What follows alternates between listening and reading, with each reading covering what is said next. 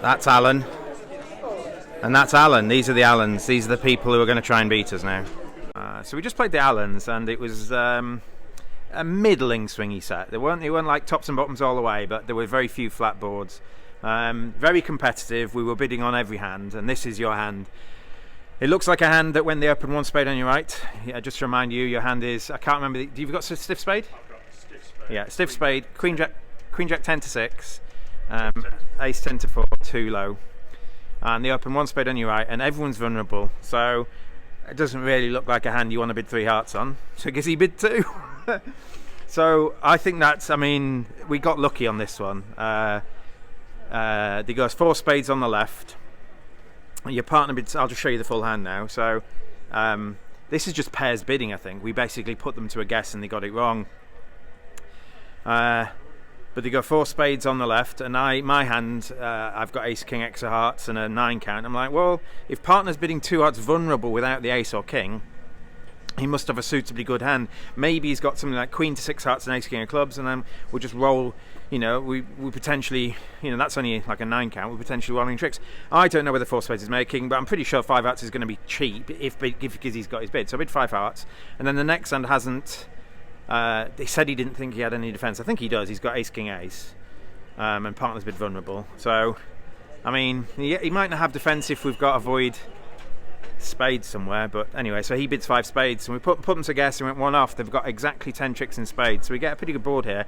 I think even if 5 hearts gets doubled, they'll get a better percentage, but we're still beating all the people in 4 spades. So well done, Gizzy, for bidding on this hand. Afternoon brunch. We are 2 matches down. We've won 2 today. We just played Jason Hackett and we got a medium-ish win, like 13 off. Was it 14? I think it was 14, yeah. So at the end of the match we got some good boards and it swung it from a draw to a win in our favour. This is the first board of the match. You've got King Jack to 4. I'll give you the pips because it might matter. King Jack 7x. Then you've got Jack X, Ace King to 4, King to 3. So you've got a strong no trump. And it goes 2 spades on your left, double from partner, pass. So the first thing you ask at these situations is what are the colours and who's bid 2 spades and all that sort of stuff. So give you a bit more information. The colours are red all, which might matter, and Jason Hackett has opened 2 spades. So do you think pass is right or do you think 3-hand's right? Well, even if partner's got a light takeout double, and if you were a bit weaker, if partner's got a light take a double, you might want to pass because there's no guarantee 3-hand's making. But when you've got this, a strong no trump hand and partner's double vulnerable, you're pretty sure 3-hand's going to make or at least have a decent amount of play.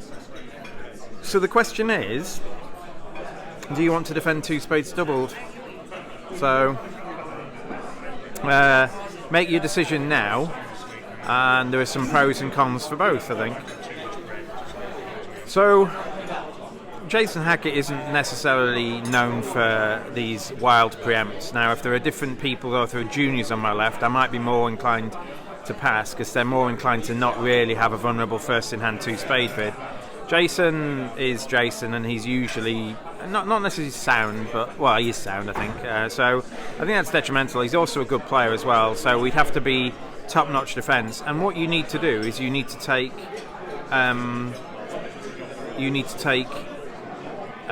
8 tricks to get 800 to beat the 3-hands.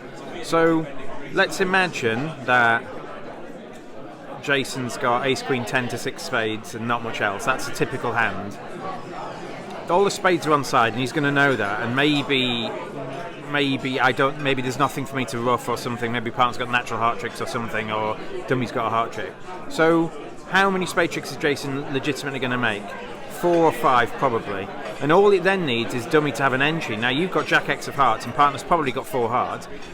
The heart honor, there's possibly a missing heart honor in dummy. Partner could have ace king queen, but if there's missing heart honor in dummy, there's an entry to dummy to then lead a spade off or do something. So if you're gonna make if the declarer is gonna make 4 or 5 spade tricks and there is like a trick in dummy, a heart entry in dummy, which is the most likely one, then it all depends on whether you can make 4 or 5, and Jason's pretty good. So what I backed myself to do, and I wasn't sure we were getting 800 from this, I backed myself to make more tricks in 3N than the average player, and so I just bid 3N. And I think the auction happened at similar on other tables. Andy Cope did the same as me, and there's the full hand.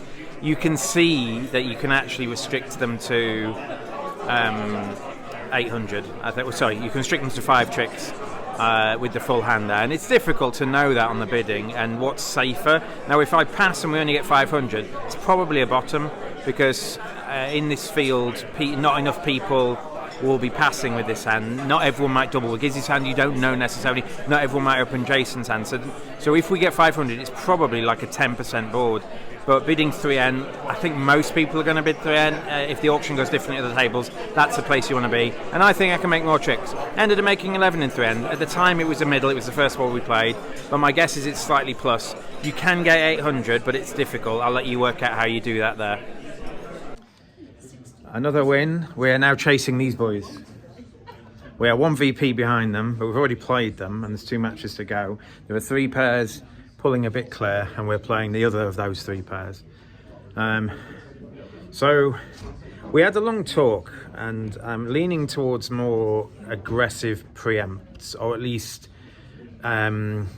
tiered preempts, depending on vulnerability, position, all that sort of stuff, and form of scoring, whether partners passed or not. So Gizzy and I had a long discussion about the style of our preempt, and we're doing well in the match, we're winning the match, and then we just get a bottom, and then the very last board of the match, I pick up this hand. I've got King 10 5th, 5 to the 10, 2 low singleton, and it goes past to me, and we're favourable, and we agreed that favourable, by definition, we can be bad, and this is really bad. This is it's borderline. The fact that I'm 5-5 means I've got some playing strength, and when I open 2 spades here, partner's not going to get involved without spades. So the only danger is we miss 4 hearts, and 4 hearts is there. But I've got a 3 count. If partner's going to, there's a chance if partner just bids 3N, I might chance 4 hearts anyway, because I've got no help for him in 3N. So something like that. So I opened 2 spades, and then the next hand's got the strong hand. We've thankfully, even though there's only 2 hands left to bid,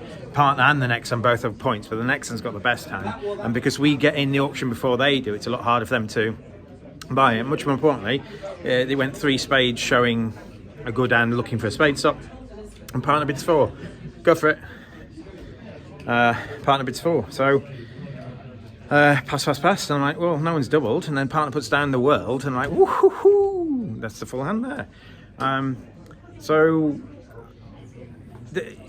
when you're preempting on this, it needs to be by agreement. I can't just do this just willy-nilly, and you'll know, everyone will know someone at their club who just likes to bid and will underbid or overbid or something when their partner's going to expect them to have more. Gizzy did not expect me to have more here. He expected me to have probably five moderate spades, like as in he's going to pay me to have 5 more than 6 here. That was our agreement.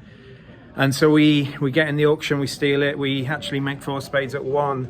There's a decision, so if you look at the full hand, there is a decision for what West should do at trick 2. They lead the king of clubs and then they play the ace.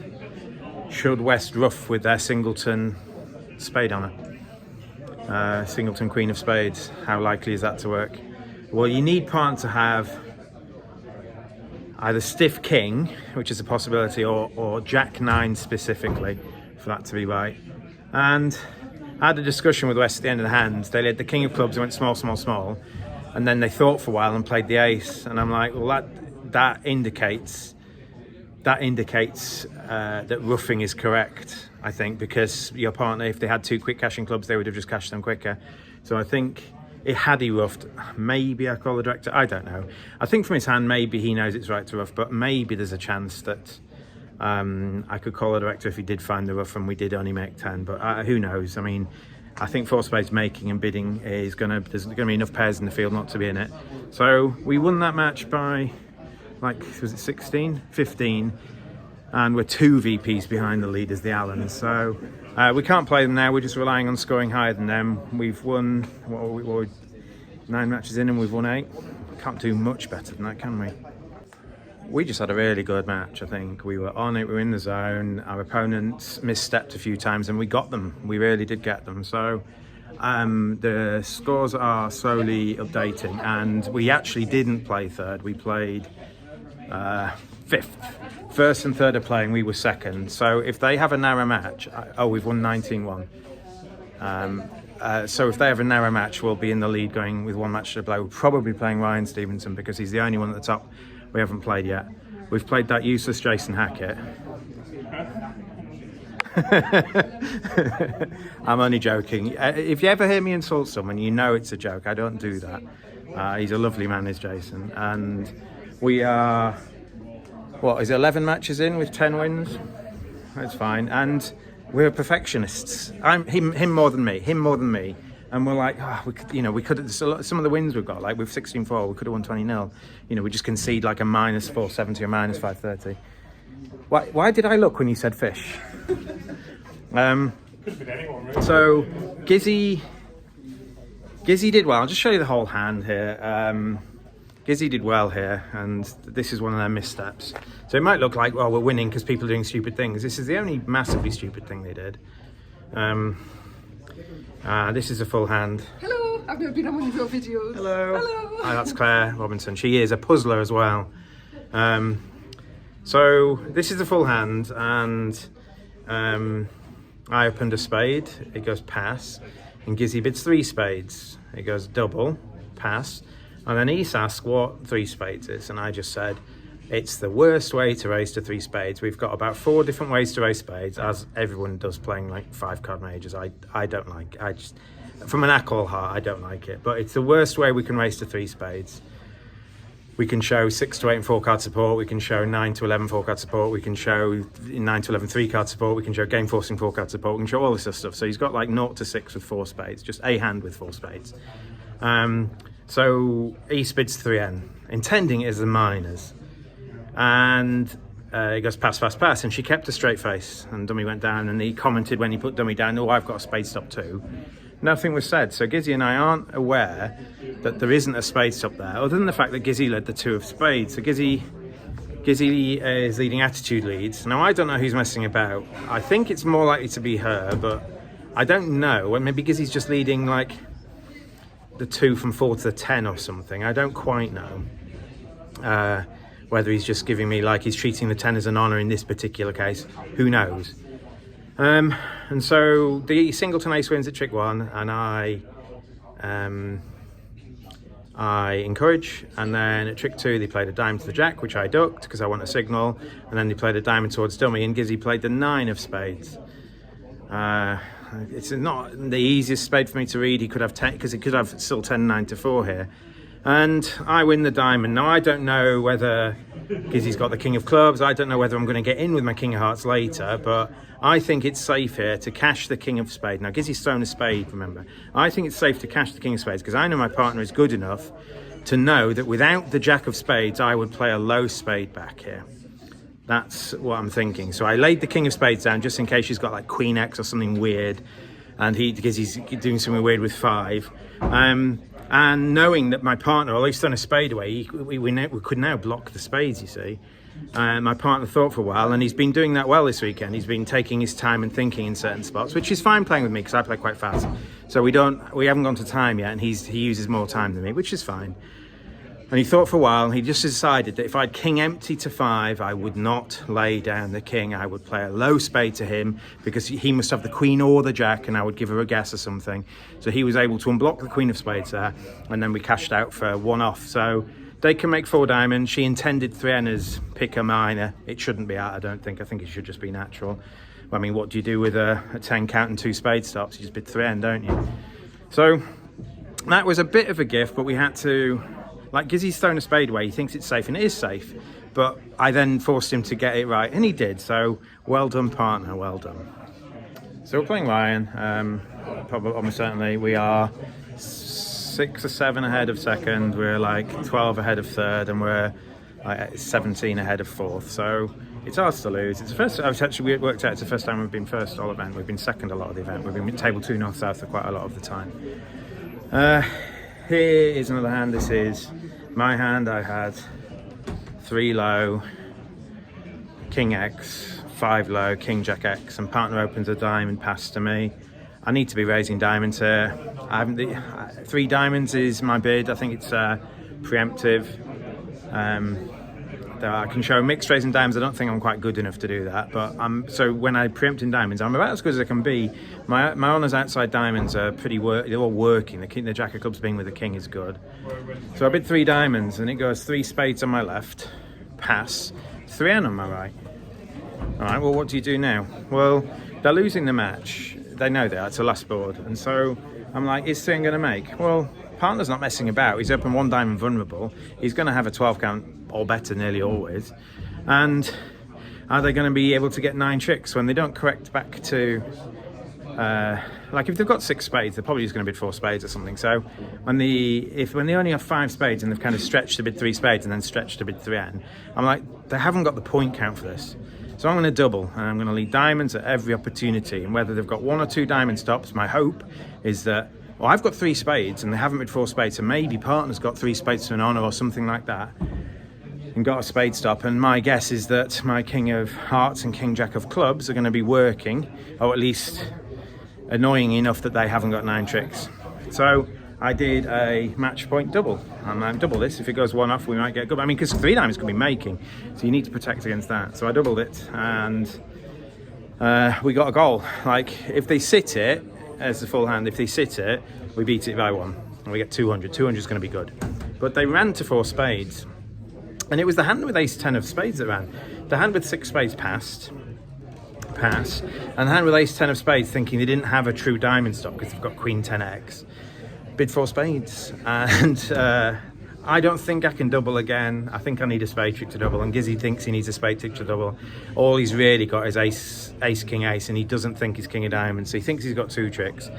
And he knows my values are outside of diamonds, but he knows they're probably outside of spades now as well. So he's not guaranteed of beating it, and doubling it and let it make is risky. So he passed, and we took it 3 off for 300. So we actually, if they sit 3 and doubled 1 off, they actually score better. So that was us putting some pressure on. We got a really good board for 300. It was the last board of the match. But yeah, so I was happy with my double. It was good. I was happy with how we've played today. I think we've not been perfect, but it's a draw's been made, so we're going to go and sit down and we're going to try our best to defend Matt Brown's honour and win the event. We call that a sandwich match. We started with the bottom, had 5 good boards, and finished at the bottom. And the match is currently 10-all. We're waiting, and Gizzy's distraught because I think he's got his double. We're up to 11 now, so we've won the match. So we've won 11 out of 12 matches, which is fine. So 11-9. I think Alan and Alan need 18-2, and they're the only people who can catch us who is still playing. They need 18-2 because we win the split tie because we beat them. So I had a really good weekend. I think today, other than 1 board, I've played really well. I don't usually say that, but today I've been on it, I think. 1 board I made a bad bid, and then I didn't play very well and went for 300 for a bottom. It was in the very last match. First for the last match, but after that I had some really good boards in the match. I'm really happy. I'm really happy with how Gizzy's played. I think he's done very well at taking his time, and you should do that. When you're not sure that your play's right, we get this from Matt Brown. When you're not sure your play's right, take your time and just not make sure you get it right, but make sure you're happy with the card you're about to play. Playing a card fast is just bad, and then thinking for a bit and then playing a card you're not happy with is also bad.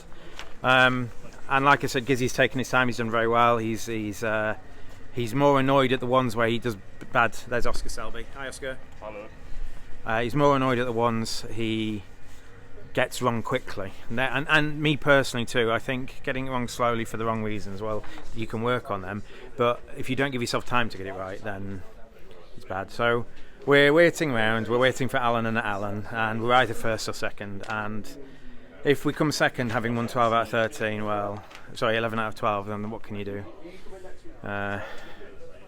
Still waiting. And Alan are playing Rona and Raymond. I can't imagine they're going to beat Rona and Raymond by that much, but we'll see. So I'm going to wrap up in a second, maybe with a picture of the trophy or something if we do win. But they've done something. They did this in Harrogate. They've forgotten the trophy again. It's in some sort of Yorkshire storage warehouse or something. So last year it was in pieces, and the Harrogate one that Cooper and I won was in pieces as well. And then one year they forgot it. Oh, they just need to be a bit better at just handing trophies. I never take them with me, so they just store them for you and just make sure you bring it back. So it should be on a checklist of things to make sure you've got, I think. Any hands from last set? Yeah, maybe. I'll see. You have this hand. You have Singleton Jack, 4 to the 10, 9, King third, and Ace King Jack to 5. And the bidding goes 2 diamonds on your left, pass and partner, 4 spades on your right. And I don't think I've got a bid now. Pass, pass, pass. I can't remember what the colours were. I will tell you, it's love all. I don't think I can double 4 spades. It just asks for trouble, I think. And you lead the ace of clubs, we overlead, so I'm not asking for count here, and I would have liked to know count. I lead the ace of clubs. And dummy goes down with like 2 low, ace 1, jack 10 to 6, 3 low. And partner plays the lowest outstanding clubs, the partner encourages, and declare folds at the 8. What are your thoughts? Well, dummy's almost dead, and how are they going to make this? Well, like whatever clubs you've got, they're not going to go on the diamonds. I don't think Declare is going to have like ace queen to 4 diamonds or something. Partner might have acted there, so they're not going to be able to set the diamonds up. They're going to have like 7 solid or 8 spades, I think, to bid like this or something like that. Now there's a danger in switching to a spade that you pick up partners like queen third or something. But the bigger danger is that they come off a heart in dummy. And so if you weigh partner having queen to 3 spades against partner either having the ace of spades or the king of hearts, if he's got either the ace of spades or the king of hearts, he can win a trick before they can set their ruff up.